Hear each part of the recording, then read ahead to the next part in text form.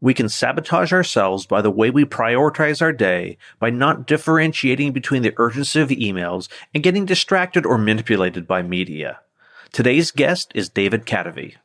David is the author of Mind Management, Not Time Management, The Heart to Start, Stop Procrastinating and Start Creating, Designed for Hackers, and multiple short reads. David is a self-published coach and the host of the podcast Love Your Work.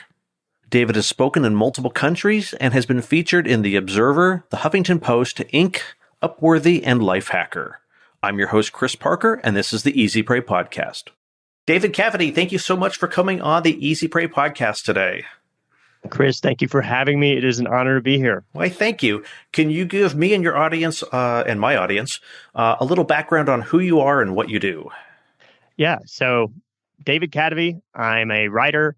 And I write a lot about, I write a lot about creating things, or write about writing and using your mind to focus and to create things and put them into the world. And at the same time, trying to keep other people out of your mind and keeping them from living rent free in there. So I've got a few different books that I've written, The Heart to Start, Mind Management, Not Time Management, several other books. I have a podcast myself called Love Your Work, where I explore how to manage your mind to actually create things and put them out in the world.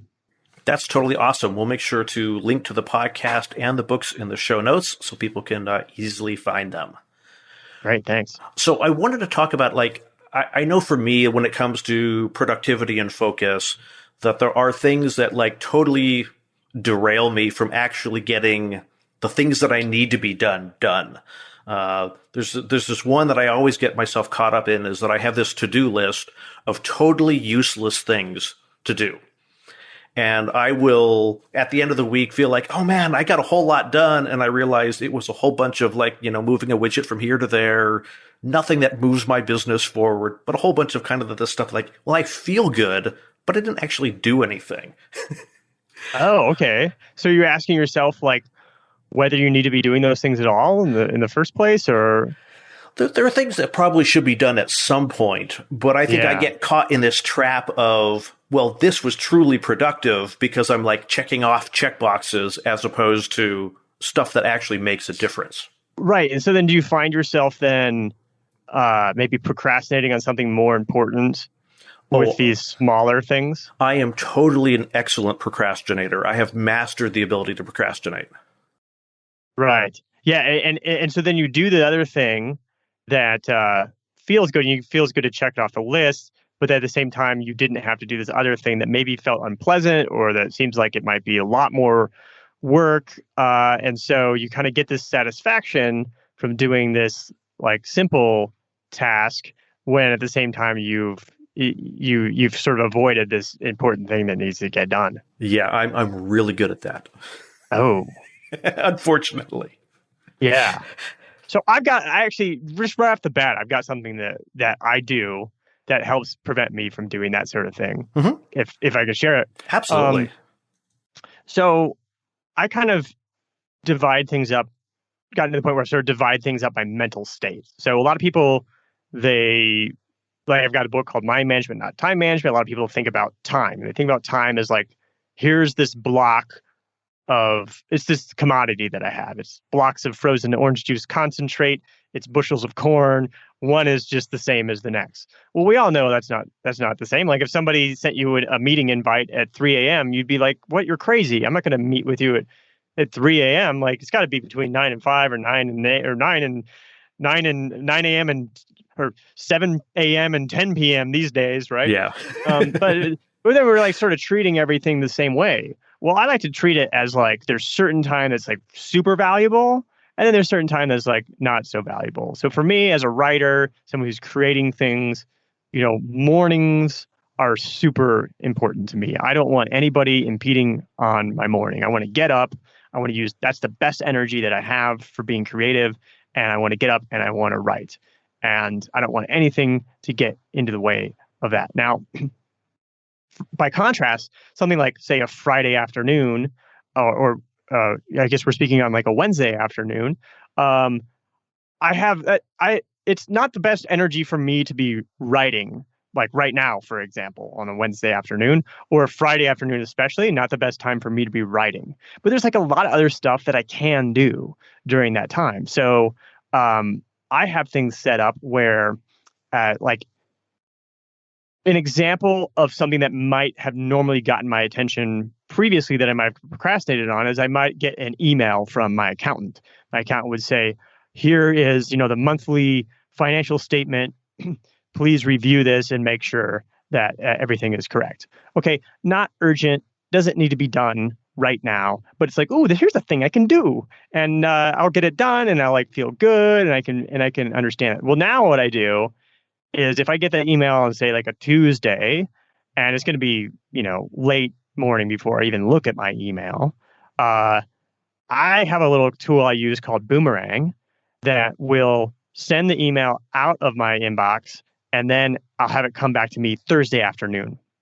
That is sort of my administrative task sort of bucket. I've got 7 mental states that, it doesn't work that well in audio. It's in my book, but generate is like writing, administrate is these administrative things like taking care of the financial statements. And that's going to be like Friday afternoon energy. So having that bucket, I find, knowing like, okay, this is going to get done. Don't use your best energy to do this sort of superfluous task that's hard to delegate that kind of you still have to do. And use some different energy to do that stuff. So just having that bucket like makes it sort of quiets your nervous system down, makes you feel less nervous about it. I have a friend who said that like if he's worried about something, this is a similar sort of trick. If he's worried about something, he will write down. He has like next to his bed a pad and paper. He will write down, okay, I'm going to worry about this on Tuesday at 3:30 p.m. And like somehow that sort of closes the mental loop for him, and he doesn't worry about it anymore. So just like knowing it's going to get taken care of seems to work wonders. That's kind of the GTD methodology, or the mindset is that if you document it, your mind isn't busy thinking about it because you've given it a place. Exactly. Yeah, you're closing the loop. That's like we can't help but think about any sort of open loop. This is how like clickbait works, for example, right? It's like, is this person terrible? Well, now I've got to know. Like, what am I going to do? I like that person. So I'm going to click on it, right? Because I want to answer the question. It turns out the answer is probably no, but whatever, you still got to click. We have those open loops. So any way you can like close the loop, feel confident that thing is going to get taken care of. Well, that certainly frees up a lot of mental energy. So what are some of the other things that if like open loops kind of keep us unfocused and distracted and are occupying chunks of our mind, what are some of the other things that kind of take up space in our mind when we shouldn't let them? I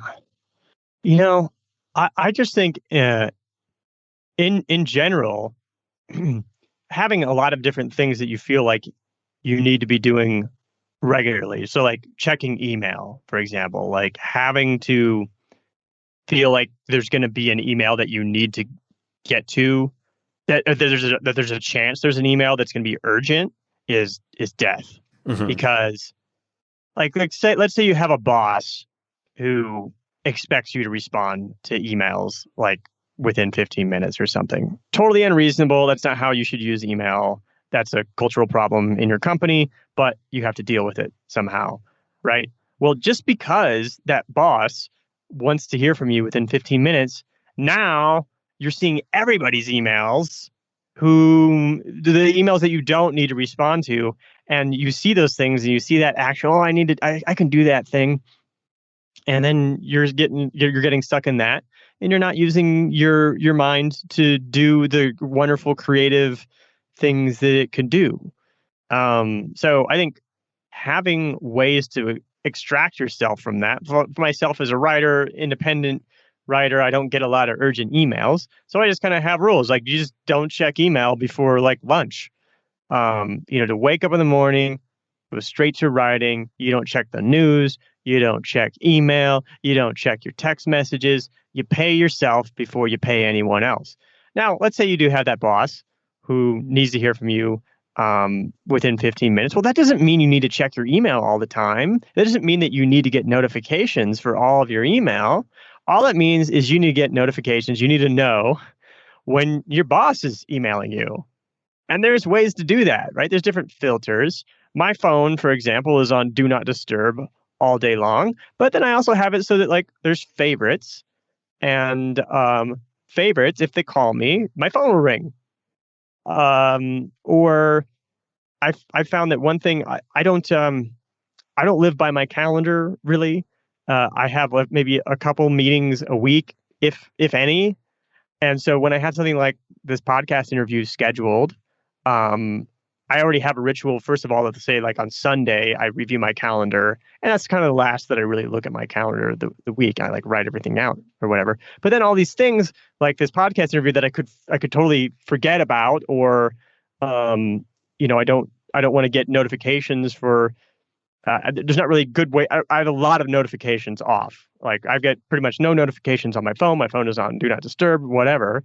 And so I wish that somebody would make a feature that works for this. And somebody told me maybe that Android does this, but on iOS, I physically, when I do that Sunday review, I go through my calendar and I actually set up alarms for every event that's relevant during the week, which is really usually only one or two, something like that. And so sort of having these buckets or being selective about what is going to notify you and what is going to interrupt your attention, instead of just allowing wholesale all these things to invade your consciousness all day, I think is a huge win for anybody who wants to do something with their lives. Well, and I think that is so, when you talk about that, like things occupying your mind and interrupting us, I think of just the news, since the pandemic started, and whether we're liberal or conservative, there's these pressing, news stories that are just constantly trying to grab our attention, and COVID this and COVID that, and they can turn anything into a political issue or a divisive issue, or you're on this side of that, or you're on that side. Well, it's a business. It is a business, and their business is selling your attention. They want to get your eyeballs. They want the click. They want you to get sucked in. They want you to argue with people. And it's also they can sell your eyeballs to advertisers. That's unfortunately the way the economics work out. And it really influences it influences the quality of the media that we consume on a day-to-day basis. And so I think that's an important thing to understand, is that when something is calling your attention in the news, it's not a mistake. Like it's their job. It's their job literally to capture your attention by whatever means necessary. And that's often we're more attracted to negativity. We're more attracted to fear. We're more attracted to conflict than positivity. That's shown in that's been shown in behavioral science. And so just being aware of that is actually a huge step for a lot of people, and a huge revelation for a lot of people. I like when The Social Network came out, and everybody was going crazy about that, and that was on Netflix. And like, oh my gosh, I had no idea that my attention was being manipulated by Facebook. It's like, where have you been the last decade? Like, how is this news to you? Like, it's quite sad, really. So just being aware of that, and understanding that people are after a piece of your mind. Your mind is gold, and you can get so much more out of it yourself than somebody else can get out of it.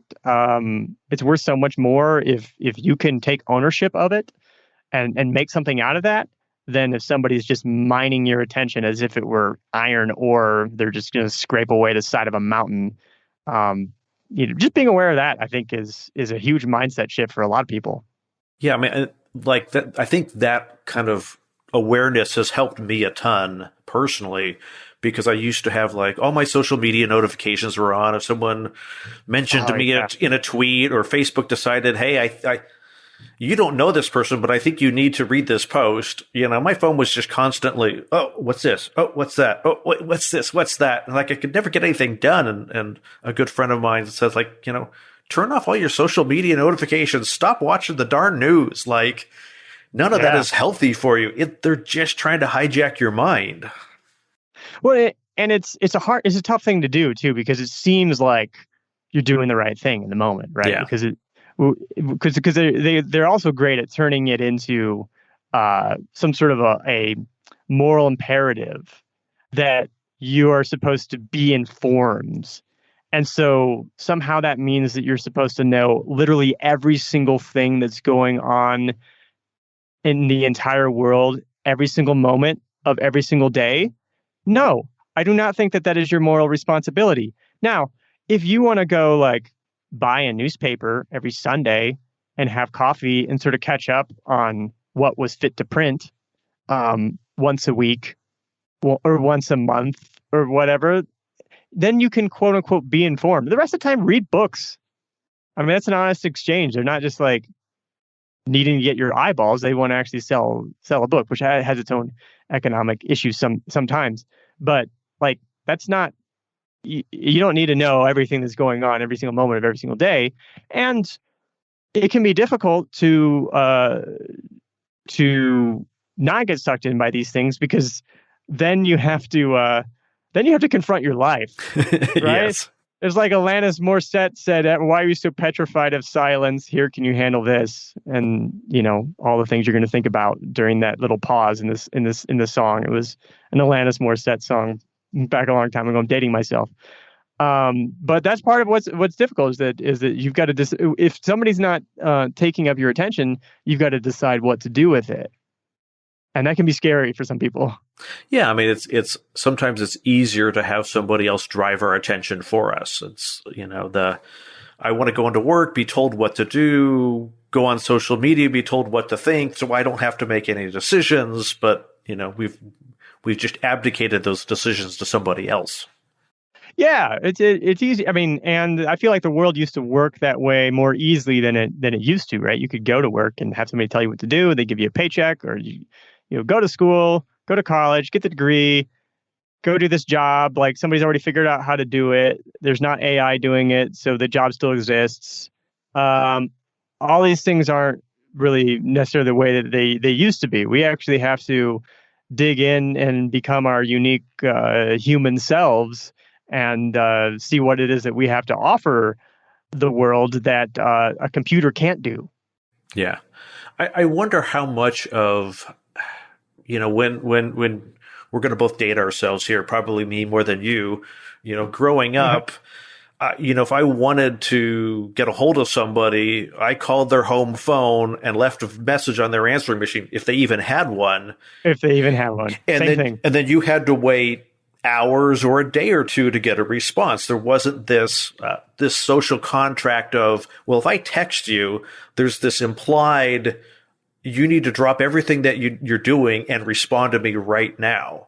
Yeah. Like, I wonder how much of that urgency that we've kind of allowed in our lives just hijacks our productivity, hijacks our focus.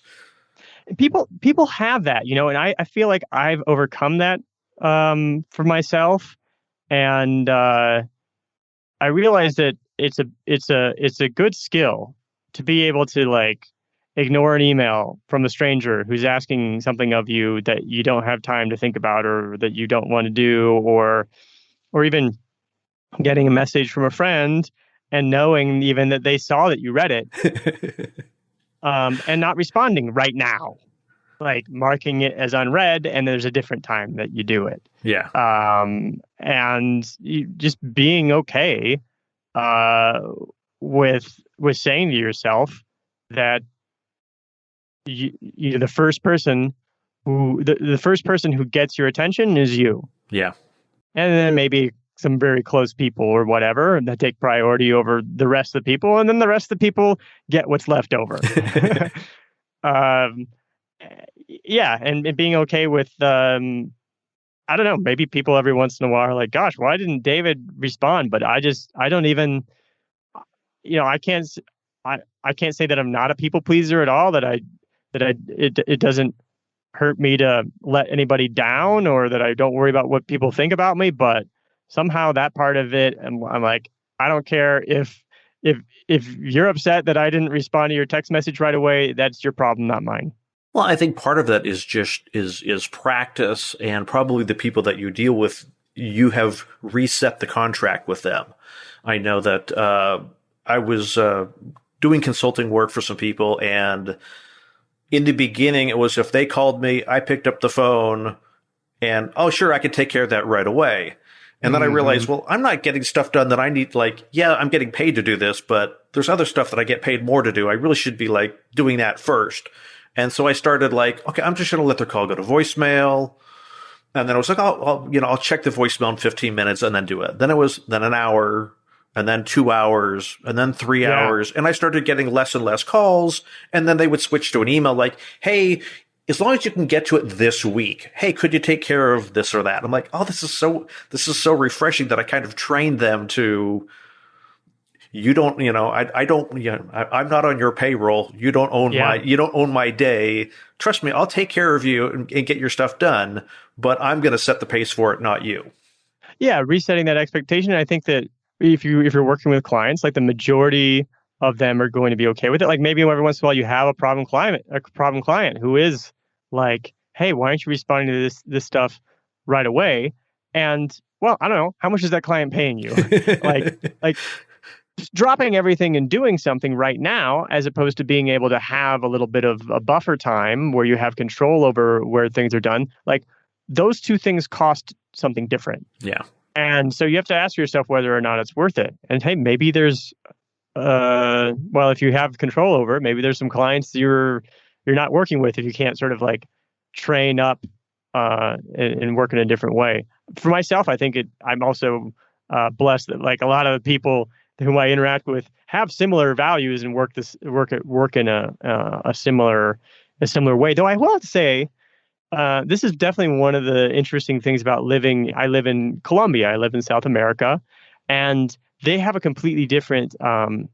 I don't know what sort of rabbit hole this is going to get us down, or if it's going to be a total dead end. But they have a completely different conception of how to use these things that me, as somebody who has worked in Silicon Valley, who has worked in programming, values asynchronous communication to an extent when appropriate. Asynchronous communication is great. I message you, I tell you what I want, you on your own time.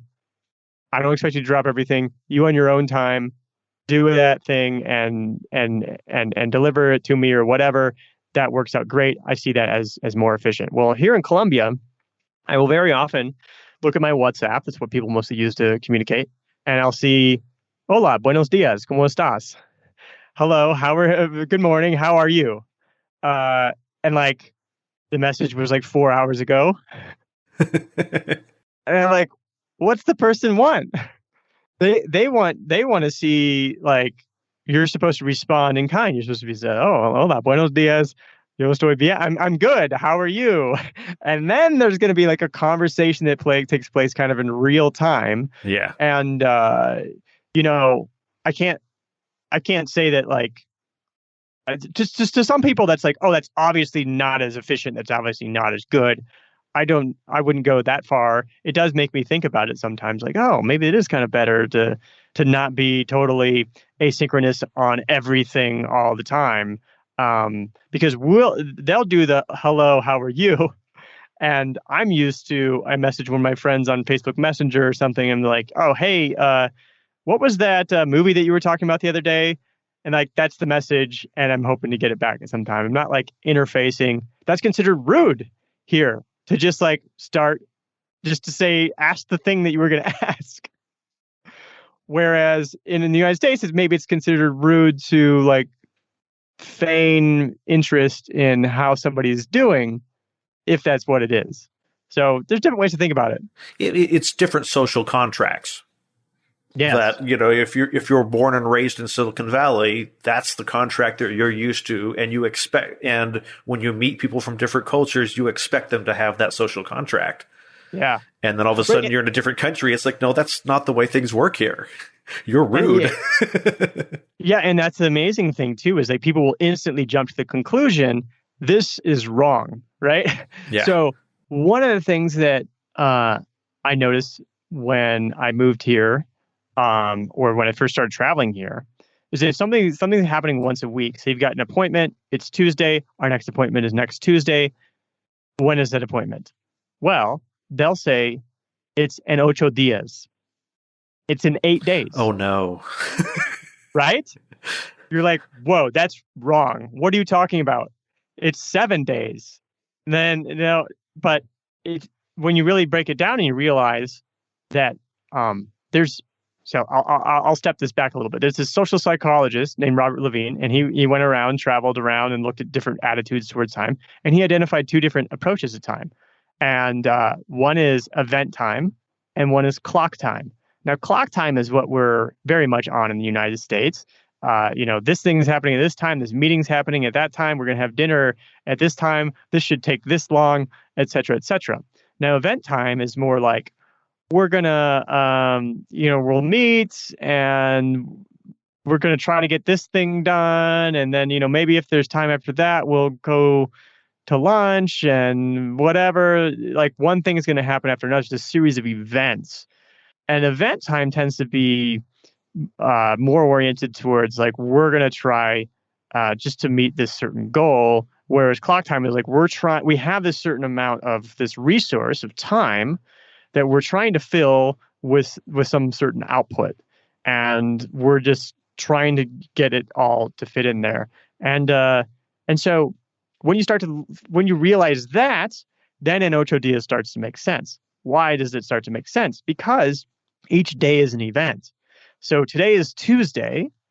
Today's actually Wednesday. Today's Wednesday. If we're going to meet again next Wednesday, then we have today, which is an event. Yeah. And then we have 7 other days, which are all events. That's 8 days. Now, in terms of time, it's exactly 7 days. It's 7 revolutions or rotations of the Earth between now and our next meeting, approximately. So when you realize there's event time and there's clock time, then it starts to be like, oh, I see why you're seeing it differently.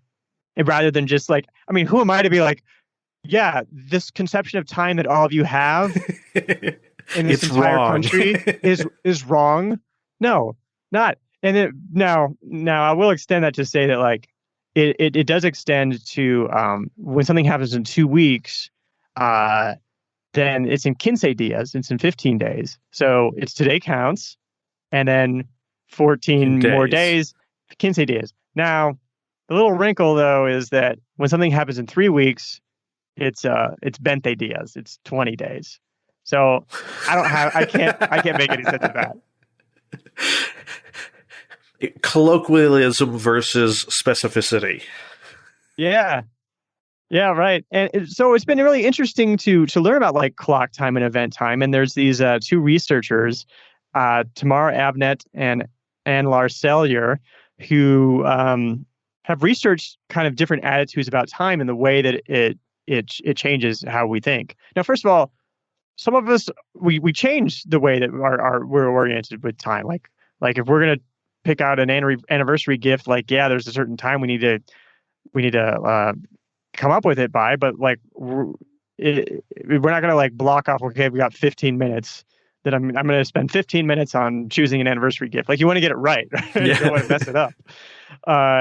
Whereas there's other things like you want, if you're making a connection and you're traveling, like you hope that your plane, your airline is on clock time, right? They're not just like, well, we got there. It only took us a couple days. Oh, what? There was another flight that you wanted to get to? Well, so we want to have we do change our attitudes that differently. We do change our attitudes according to the situation, but there's also, I have found that certain people are more oriented to clock time than to event time and vice versa. And these people who are more event time oriented, like they found that they're like more able to take advantage of sort of serendipitous opportunities that come up. So like if somebody's suddenly like, hey, we're giving you a free vacation, but you have to leave next week. An event time person is a little more likely to be like, okay, I'll take advantage of that. Whereas a clock time is like, oh no, I got a full schedule, all this stuff's on there. And that sort of extends to the way that we think creatively. And as I was talking about, like, we're living in this world now where if there's a series of steps that you can follow to get a certain thing done, then there's not much point in a human doing it hardly anymore. Everything's being automated. You've got the machine learning and AI or whatever. Think about it like this: like, how long does it take to type a 30,000 word novella? Like that, you could do that in a day. Now, how long does it take to write a 30,000 word novella? Hey, there's NaNoWriMo. It takes like a month. Now, contrast that, a computer can generate those 30,000 words in like a split second. It takes no time at all. Faster you can blink. Now, can the computer write a decent novella? Like, even like the worst novella that a person could possibly write is better than an AI can write as we're at this point. So like what's unique about us is our creativity. What's useful about us as humans is our creativity. And so that's a shift.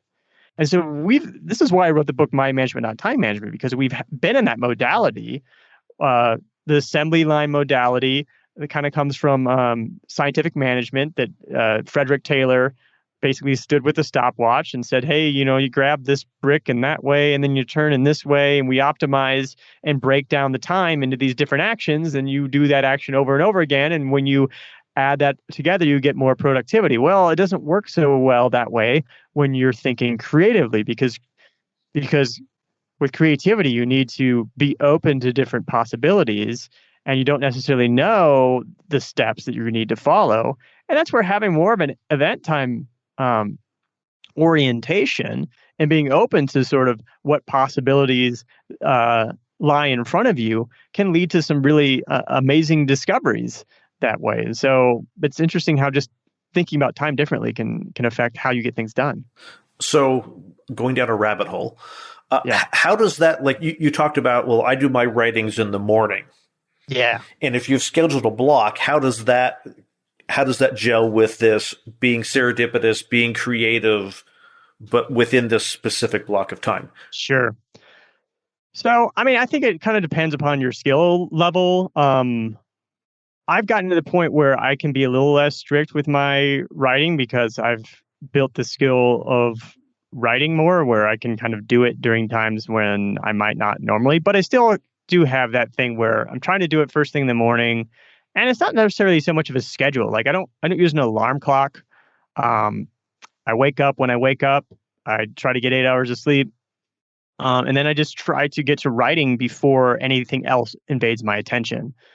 And so in a lot of ways, it's really just about trying to make the best use of that resource. And then I'm not necessarily so strict on the time part of it, really. Is sort of like when I start to feel kind of mentally like I've kind of run out of juice, or hopefully before that even, because as Hemingway would say, it's this well that is kind of refilling itself. If you let it run dry, like you're not going to have any juice left over the next day. And so it's more of like a feeling in that way, where there's a certain like order I want things to go in, because that's just the best way to get what I'm looking for out of my mind. Additionally, because there's really compelling research to indicate that the time when we're most creative is actually our off-peak time. And so for a lot of us, that's the morning. We're a little groggy. We're reaching for the coffee. I don't even drink coffee because I want to take advantage of that grogginess. Because creativity is a little bit like a racquetball court. It's just got blue bouncy balls flying all over it. And those little balls represent different ideas, different pieces of knowledge. And when a couple of them collide, well, you've got some sort of combination, like boom, peanut butter and chocolate. We got Reese's peanut butter cups. Who would have expected that? And you need you want those collisions to happen. There's a little bit of randomness to that process, but um, the prefrontal cortex is sort of the executive of the brain. It's the one that's like calling all the shots. It's the one that's helping the different parts of the brain communicate with one another. It's the one that's suppressing urges and making plans and saying, "Hey, that's not a good idea," etc. Well, the prefrontal cortex is kind of out to lunch in the morning. It's still sleeping. I guess yeah, mixing metaphors there. It's more like it's still sleeping than it's out to lunch. Lunch happens in the middle of the day. It's a whole other deal.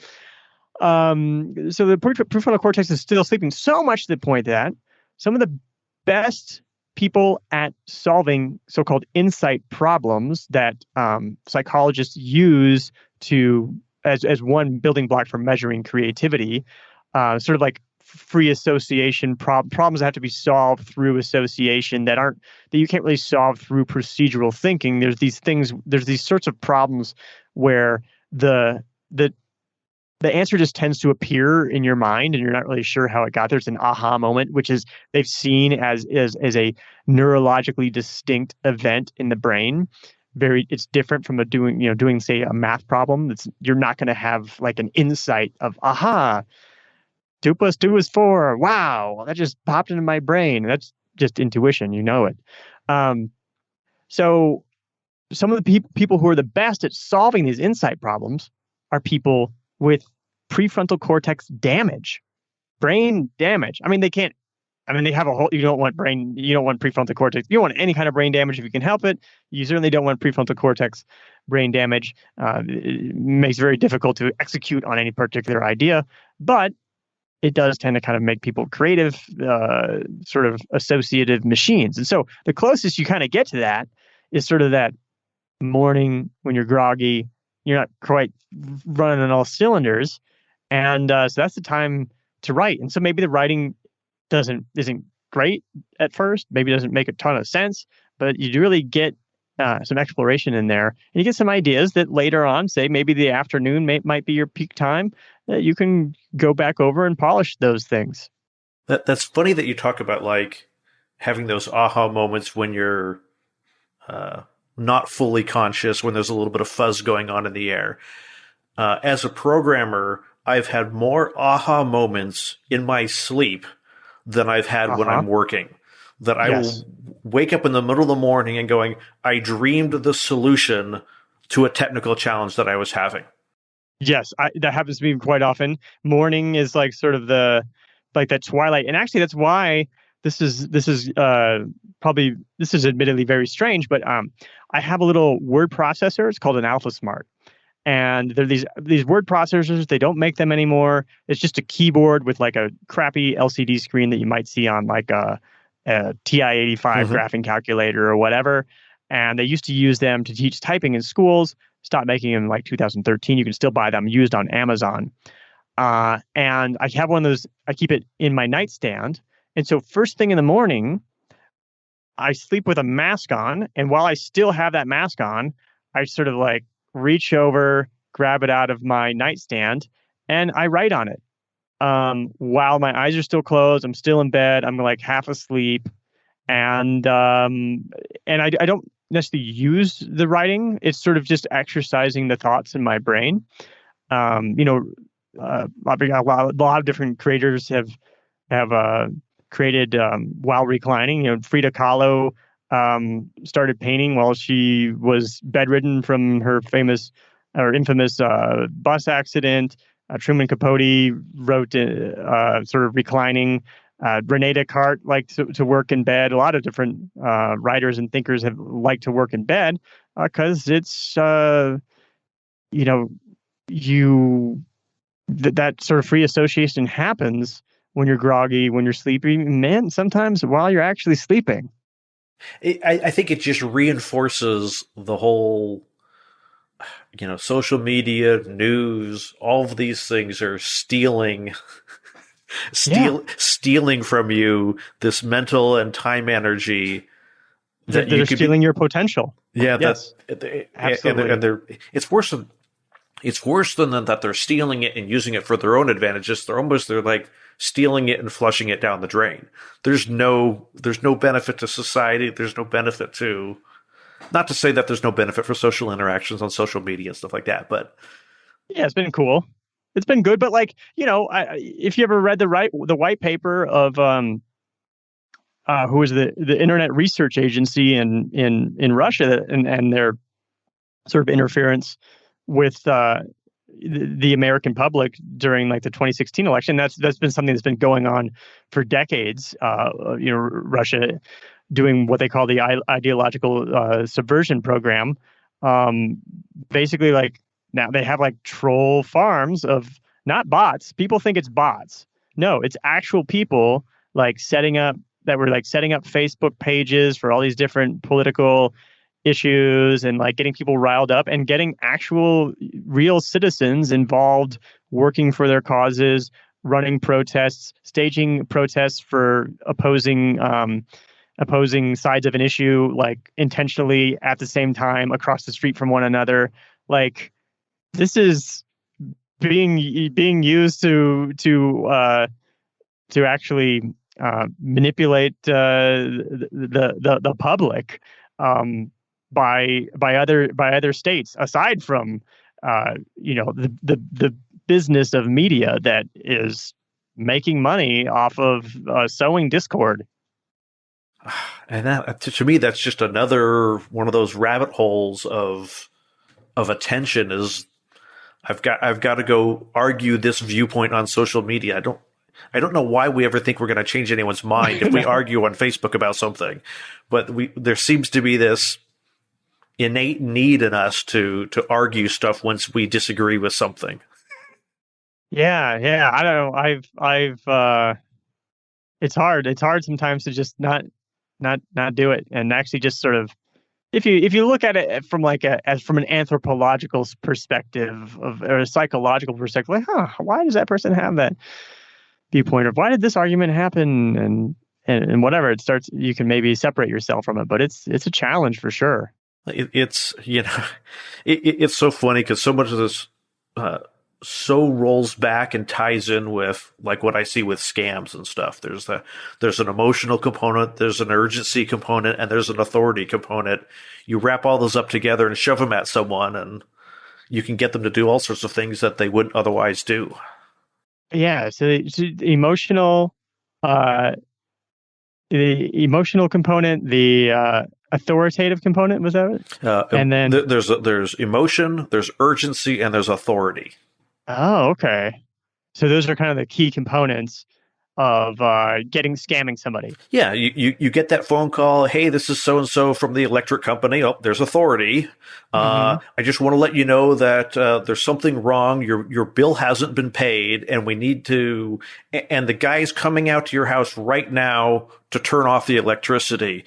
Yeah, I don't want your food to go bad. I know how horrible it is if your computers are going to break when the power comes back on. The emotion with it. Your kids are going to be hungry because all your food is spoiled. You're not going to be able to cook food for your family. Well, emotion, urgency. Yeah. And he's going to be there in 10 minutes. I just need you to go down to Target and pay your bill with a gift card. Okay. And it bumps us out of that state where we can make logical decisions and rational decisions.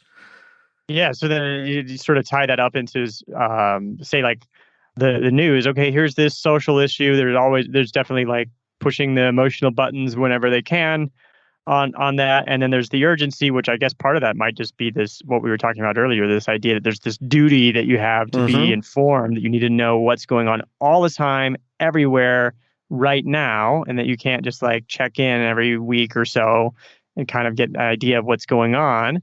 And then there's the authority. Well, and I guess they're the news. Like the news is authority, or the political figure, or the expert.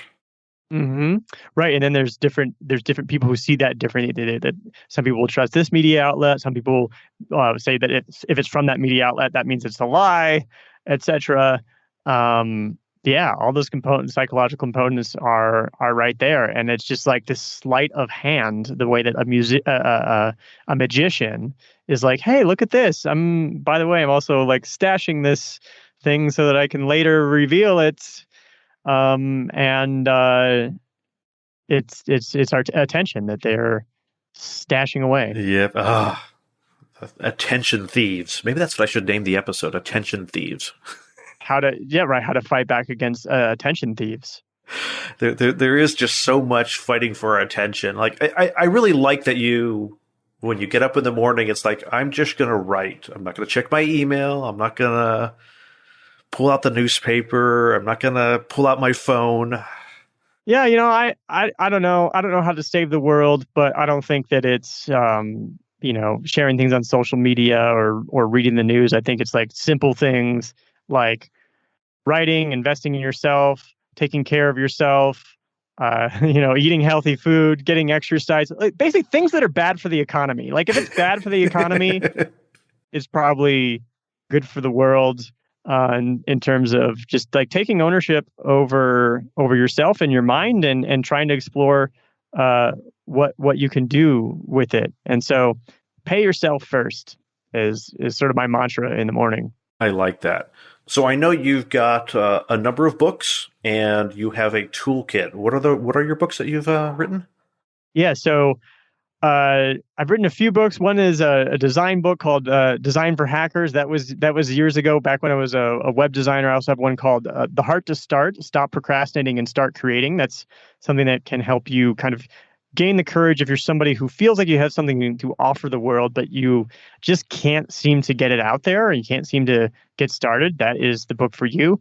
And then Mind Management, Not Time Management is a lot of what we were talking about during this discussion, which is basically that we need to change the way that we think about how we get things done. That time is not this fungible commodity that you can mix and match, that is not all created equal. And that actually you can be a lot more productive just by getting yourself in the right state of mind. And it doesn't necessarily take time to have a great idea. We can let technology execute the ideas for us. Now, as far as tools go, I do have a toolkit of 14 tools that I depend upon to manage my mind, take ownership over what I can do with my mind, and focus that energy towards doing something with it. So that is at Kadavy.net. Actually, I can make it easy for those who are on mobile. KDV.co, nice short URL, KDV.co/tools. Okay, we will make sure to link that. And for people that are on their phones, KDV as kind of like your initials, sort of. Yeah, it's sort of like it's like saying my name without the vowels. I like that. .co, because you're in Colombia. Well, that's just sort of incidental, but it works out very nicely, and it's also just shorter. Yes, just less to type. /tools. That is one I'm gonna definitely get and go through myself to make sure that I can focus when I need to and not let my procrastination take control of me. If people want to find you on social media, where can they find you? The place to find me is Twitter, Kadavy on Twitter. Okay. I'm on the other ones. You can find me, but that's the only one I really use. Then that's the place we'll direct people to harass you. I mean, to interact with you. David, thank you so much for coming on the Easy Prey podcast today. Chris, thanks for having me. It's an honor. Thank you. Thank you for listening to this episode of the Easy Prey podcast. If you found this episode thought-provoking, please leave a review at easyprey.com/review. Notes and a transcript of this episode with David Kadavy can be found at easyprey.com/80.